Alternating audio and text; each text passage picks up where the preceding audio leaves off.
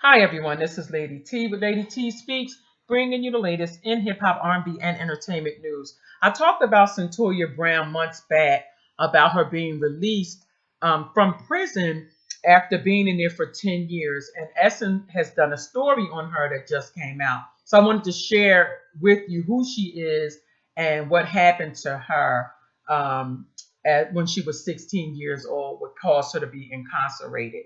So, in an exclusive interview with Essence, Cyntoia Brown discusses her time in prison and what she plans on doing with her life since being released.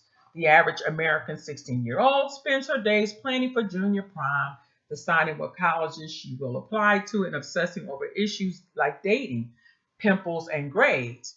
Not Cyntoia Brown. At 16, she was wearing an orange prison jumpsuit and facing a jail term while having a documentary filmed about her life.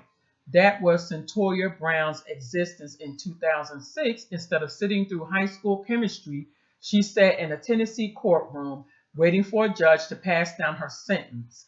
Filmmaker Daniel Birman captured the trial in his 2011 documentary on the case Me Facing Life, Cyntoia's Story.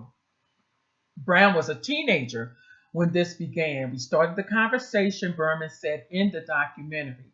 This is a young girl who's at the tail end of three generations of violence against women. In 2006, the judge sentenced Brown to life with the possibility of parole after 51 years for the murder and robbery of 43-year-old man Johnny Michael Allen on the evening of August 6, 2004. Though a teen at the time, Brown was tried as an adult and transferred to the state's primary facility for female offenders in Nashville to serve out her sentence. Brown alleged that she had been forced into prostitution by her pimp, Garion L. McLaughlin, also known as Cutthroat. Brown stated that Allen offered to pay her $150 to have sex with him, and that while she was at his house, she began to fear for her life and shot him with a gun she had in her bag. Prosecutors painted a different picture of what happened, insisting that Brown wasn't a victim, but someone who intended to kill and rob Allen. Authorities noted that the real estate agent was shot in the back of the head as though he was sleeping.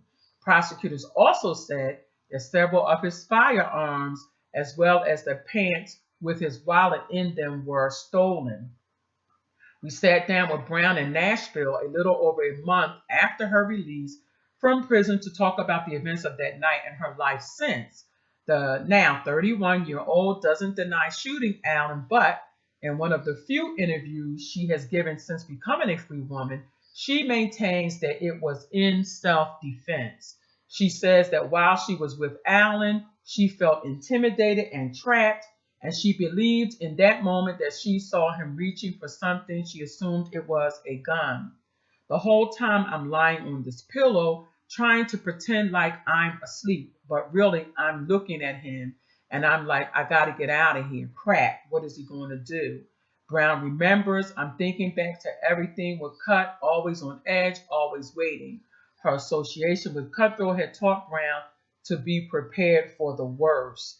And if it weren't for Rihanna and some other celebrities, she may still be in prison, but the governor granted her clemency and she was able to get out. And she is remorseful. She talks about the fact that she is very sorry and has apologized to Alan's family.